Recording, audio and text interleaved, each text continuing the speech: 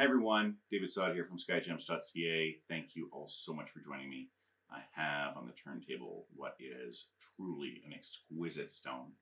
It is a 1.83 carat GIA certified Russian emerald. Beautiful, vivid green color to it. Absolutely superb gem. Take a look at that. You can see just how lively it is, how bright it is, and this is going to make a truly grand piece of jewelry. If you are looking to have a piece of jewelry made with this or any of the other gems that we have, I would love to be the one to do it for you. You can reach out to me at david@skyjems.ca. Send me some photos of what it is you're looking to make, and I can usually get you a quote back in about 1 business day. Back to the gem on the turntable. Absolutely stunning. As I said before, it does have a GIA certificate with it.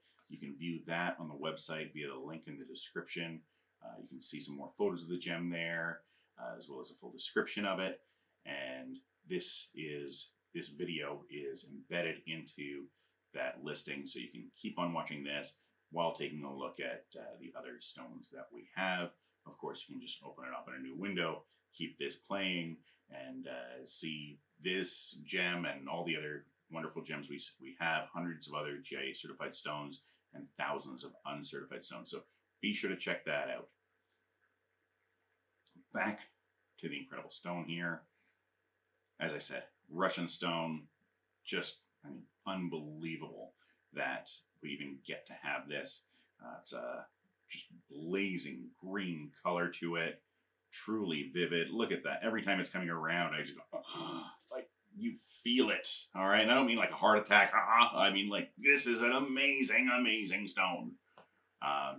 This is ancient. All right. This is hard coded into our DNA to love these. People have loved emeralds and appreciated them as being valuable and precious and rare since before written history, before the wheel, before farming. People loved emeralds, and people believed in emeralds as being something special and to be a treasure from the earth. And to today, people still understand them as precious and rare and valuable. And on top of all of it, we get to make beautiful jewelry with them and really brighten our day. So I could go on about how much I love jewelry all day, but I'm going to bring us back to the stone here. I've put it onto its table on the turntable. This is so that you can see just how even the color is. Take a look at that. Absolutely stunning. It also is going to give you a look at the cutting. Look at that beautiful piece. Incredible symmetry, incredible finish and polish. Really all comes together. You see all the facet junctures, beautifully done. If you haven't heard me say it before, I get almost all of my gems recut here in Canada for the Canadian and European markets and Australian markets because people are just unwilling to accept a lot of the native cuts that we see. I've now taken the gem off the turntable and put it into a pair of tweezers for you, so you can get a really close-up look. See just how clean it is. Take a look at that. Clean, bright, wonderful stone. Look at that. Just incredible.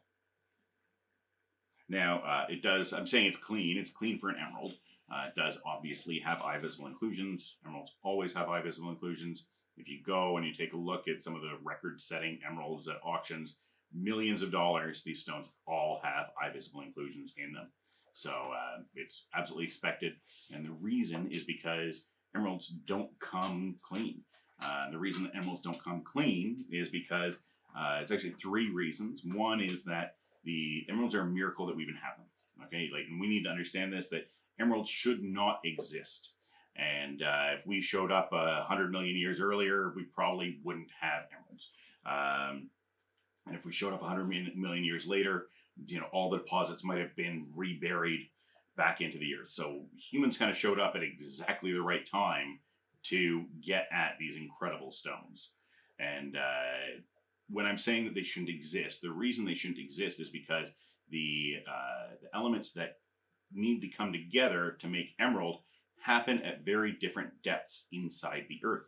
So you need massive seismic upheaval to bring these elements together. Then once they're brought together, the elements that, you know, the chromium and vanadium that gives the beryl its emerald green color are very, very different sizes molecularly.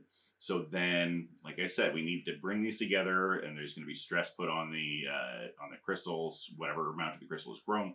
Then they're brought together, and once they continue to grow with the chromium and vanadium in them, more and more stress is put on the crystal as it continues to grow, more fractures, more fissures, more inclusions, and then on top of all of that, emeralds occur almost exclusively in hard rock deposits. So what we end up with is the need to get them out of the rock, and that happens usually with either blasting or drilling or a pickaxe. All of these things, you know, hammering away, whichever it is, vibrates the rock and again causes more inclusions. And this is kind of the way it is, you know, the way it's been for thousands, tens of thousands of years. And to compensate for this, what people have been doing for thousands of years is using oil, a colorless oil, to enhance the emerald and seal up some of those fractures and fissures and make it a little bit more pleasing to the eye. So here we have this. This is something that's been going on for at least 2,000 years. Pliny wrote about it 2,000 years ago. That's the first written evidence we have of it, and we almost certainly, you know, were doing it far, far, far before that. This is an absolutely stunning stone. As I said, exceptionally clean. You can see just how brilliant it is. Look at that. Wonderful, wonderful stone. Incredible luster to it. Shiny, bright, sparkling. Oh, this is just such an incredible piece. And as I said, when we have an incredible piece like this, we get to make an incredible piece of jewelry. I know there's a fair chance this is going to end up in somebody's collection. I hope it, at the very least, is a centerpiece in their collection, because it's just a beaming green color and absolutely a stunner. Look at that. Now for the final stop on the tour of this incredible stone. I've taken the gem and put it into this mock solitaire setting for you. I've put it on my pinky finger. This is my pinky finger is about a size 7.5, so that gives you a little bit of an idea of sizing and how big the gem is. It's not massive, of course, but it is actually quite substantial, and is going to make just a gorgeous, gorgeous piece of jewelry. I'd actually love to see this in a men's ring, bezel set it. We can hold it a little low, have it as a men's pinky ring, and just absolutely a stunner, stunner, stunner of a gem. Now, if you are in the Toronto area, or you're going to be in the Toronto area and like to come in, take a look at this or any of the gems we have, I would love to have you.